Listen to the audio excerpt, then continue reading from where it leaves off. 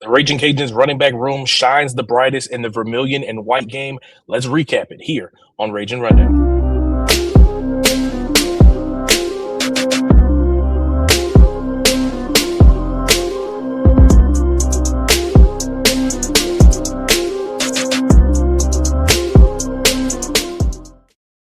What's good, ladies and gentlemen, and welcome into another episode here on Ragin Rundown, the show where you will know all things UL sports.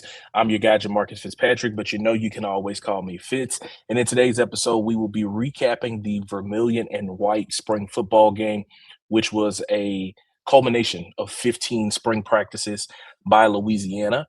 In a previous episode, we talked about the scrimmage that they had right before spring break, and you can go and check that out.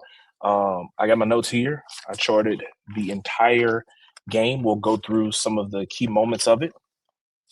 89 total plays is what I charted. And it was a huge day from the running back room, which we'll get to that in just a second. We'll go through, like I said, some of the big plays. We'll talk about some of the players that really stood out, and we'll wrap it up and go towards and push towards now what will be going into the summer and eventually towards the fall with opening day or the first game of the season being September 5th against Lamar. So as we know that this team lost some pieces, whether that be through graduation, the transfer portal, all of those different avenues. And Coach Desimo has said multiple times that this is a very young group and that guys are going to have to step up. As of most recent, he talked about how the receiver room really hadn't been stepping up and how he wanted to see more out of them, right? They were able to really do that here in this spring game. So we get there. It's an 11 o'clock start, and the first play from scrimmage is a 70-yard touchdown run from JJ Garner, who's a redshirt freshman, didn't get a lot of carries last season, but throughout spring, he showed that he can really be a guy that can lead your running back room. We've known in years past, they've used multiple guys, 2 to 3 guys at a time out of the backfield. And I think this is going to be a room once again where you're going to have a JJ Garner, a Darrell Smith, Anthony Ragin, even an Amarian Brown who had some touches in the game as well. So you get right out of the gate for the white team. JJ Gardner breaks off a 70-yard touchdown. The defense or the Vermilion team then goes 3 and out. After that, the white team also goes 3 and out. They punt it. And then Vermilion, they start utilizing the jet touch pass. Trent Chaney takes it. He fumbles it, but they're able to recover it. Coleman Carter is in at quarterback at this moment. He has a quarterback draw, and then he has a pass to Jaden Johnson, but it's called back for an illegal motion. Steven Blanco gets a 4-yard run, drive stalls out. The white team then puts together a very long drive. I want to say that this is this is not the long drive that I was thinking about. The white team comes back out. Daniel Bill passes it to JJ Gardner, 10-yard gain, first down. And he throws a tunnel screen to Russell Babineau for a 9-yard gain. The drive would eventually lead to Daniel Bill calling his own number on kind of a inverted jet sweep where he's faking like he's going to give it to the receiver that's going in motion and then pulling it. So he's reading somebody on the defensive line.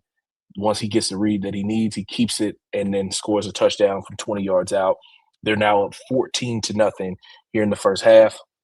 The Vermilion squad, Darrell Smith, gets a 13-yard run. Then Lunch throws it to Kadarius Wade for a 5-yard gain. Lunch later hits Trenton Chaney for a first down on a third down play. And then as the drive really started going well for them, Lunch has a read and he's trying to hit his receiver downfield. It's underthrown. Cody Jackson gets the interception. That kills that drive. Then from there, the white team puts together a really long drive together. Sam Altman was showing some really good moments there.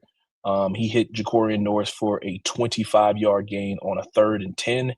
Like I mentioned earlier, Amarian Brown had some good carries there as well. He had a 10-yard gain, and that drive would eventually lead to a 49-yard field goal by Tony Sterner. We weren't sure how much kicking we were going to be able to see in the spring game, but it was good to see your kicker be able to get a big kick like that because not every drive is going to get you a touchdown, so being able to still get points helps a ton. Vermilion gets the ball back. and it would later lead to a Coleman Carter scramble drill.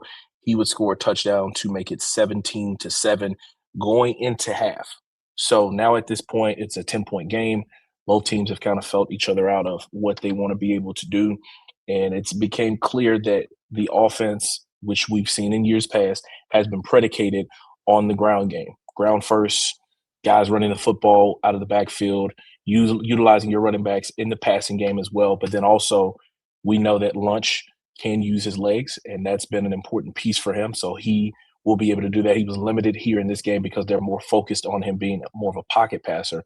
But we saw quarterback draws. We saw, QB sweeps. We saw inverted veers where they kept it on their own, scramble drills. So the quarterback is going to utilize their legs. Obviously, Lunch is going to be your starter, but then you're going to have your backups that in emergency cases or if anything is able to happen that they can utilize their legs too. So I'm going to take a quick timeout, and when we come back, we'll go over the second half stats of everything and then talk about some of the key players and the final stats of what they had here in the Vermilion White game. We'll talk about it when we come back here on Ragin Rundown. So after the first half, 17-7, and we get to the second half, and we see the white offense kind of start um, stalling out a little bit in different instances because the Vermilion defense started to pick back up a little bit more. Vermilion comes out, Michael Johnson gets a tackle for loss, and then they go 3-and-out with 2 incomplete passes. Ashley Williams got a breakup on the last one there. That was play number 51. The white team come back out. They get a reverse from Raji Dennis for a 4-yard game. Anthony Reagan gets a 5-yard carry for a first down, a 15-yard carry for another first down. And then it's a busted scramble drill by Daniel Bill. And then Kevin Malone comes on a cornerback blitz, and he gets a sack for a loss of 7. Anthony Reagan gets it thrown to him out of the backfield. He slips down, and then a personal foul by the defense happens. They get a first down. And then eventually the defense steps up as Maxie Baldwin gets a pressure, and it stops Daniel Beal from being able to get the first down completion there as well. Vermilion gets the ball back. Um, Coleman Carter throws it to Trenton Cheney. I believe that was on the tunnel screen as well. He picks up a 15-yard gain, but it's called back on a penalty. Right after, it's a bobbled snap. Ethan Veal gets a sack. Right after, Chase Edwards gets a sack as well. So we're seeing a lot more of the defense coming up. And, Coach Des mentioned it in post that he's not exactly sure if it's more of just the offensive line being very, very young. And I wasn't able to get every starter and who was in place and who lined up where because they were rotating so many different guys in different positions. But he mentioned that, it was good to see that you were able to get pressure on the quarterback, but it wasn't really sure of if these are just young guys playing or if the D line is really, really good. Either way, it's a confidence booster for those guys, knowing that, hey, if we provide pressure, we can get to the quarterback, we can affect the passing game and get them off their spot. Um, the white team gets it back. Sam Altman is sacked by AJ Spencer, and then he hits Russell Babineau for a 4-yard gain, and then Landon Batiste on a 13-yard gain for a first down. So that is play number 69 we're at there.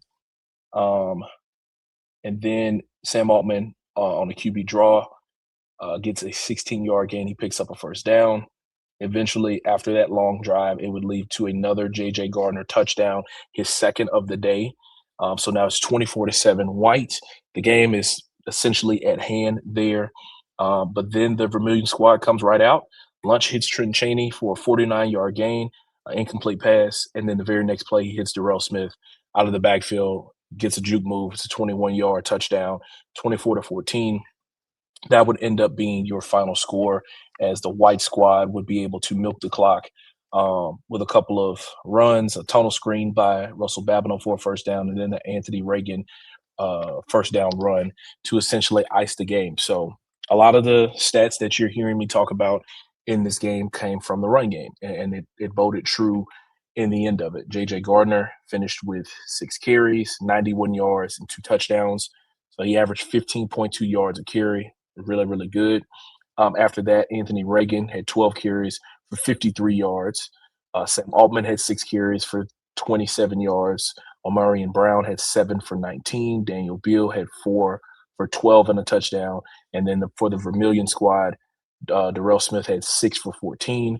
Coleman Carter had 7 for 8 because if you sack adjusted there. But the gains that he had was 23 and a touchdown. Stephen Blanco had 2 carries for 7 yards. So as a whole, you had 222 yards gained for the white squad with 202 netted, and then 46 gained for the Vermilion squad and 29 netted. So that's about 231 yards rushing and 4 touchdowns. So as we know, this offense wants to run the football first, and they showed that they will be able to do that. So kudos to those guys for being able to do that. We did talk to the players and coaches. That sound has not been uploaded just yet, so I can't get it to you guys just yet in this episode as I'm recording it probably an hour or so after the spring game happened. However, Coach Dez mentioned in a moment about how, he has utilized and how this spring has been one of the toughest ones that they've had since he's been the head coach of the Ragin Cajuns. And I believe that that's going to be really important because with you having so many young guys, they have to go through tough days. And he said that there are going to be tougher days to come. And I think that that's really important because you want to make practices harder. Because when you get to the games, when the tough situations happen, they don't seem as difficult because of what you've experienced in spring ball and in fall camp and in those long days and in those meetings and in those walkthroughs. He also talked about that before every team meeting, they call out guys. And he was talking about specifically defensively. You talk about guys and call them out in front of the team of, who's standing out and who's not giving effort. I think that's big. He said that that's something that he doesn't always agree with. I think that's still big because that is holding people accountable. That's letting it be known to them that we expect more out of you. And I think that that's something that if you utilize it in the right way, because like not every player is going to, not every player is going to, take that in the same way. But if you use it in the right way, it can pull out great detail from star players. So really, really good showing, like I said, by the running back room in this game. Trenton Chaney talked about how, and then from the receiving standpoint, Trent Chaney was 5 catches, 74 yards. Darrell Smith, 2 for 27 and a touchdown. Jaden Johnson, 1 for 15. Russell Babineau on the white side, 4 for 25. Jacorian Norris had a catch for 25. Raji Dennis had a catch for 20 yards. Landon Batiste had a catch for 13. JJ Garner had a catch for 10.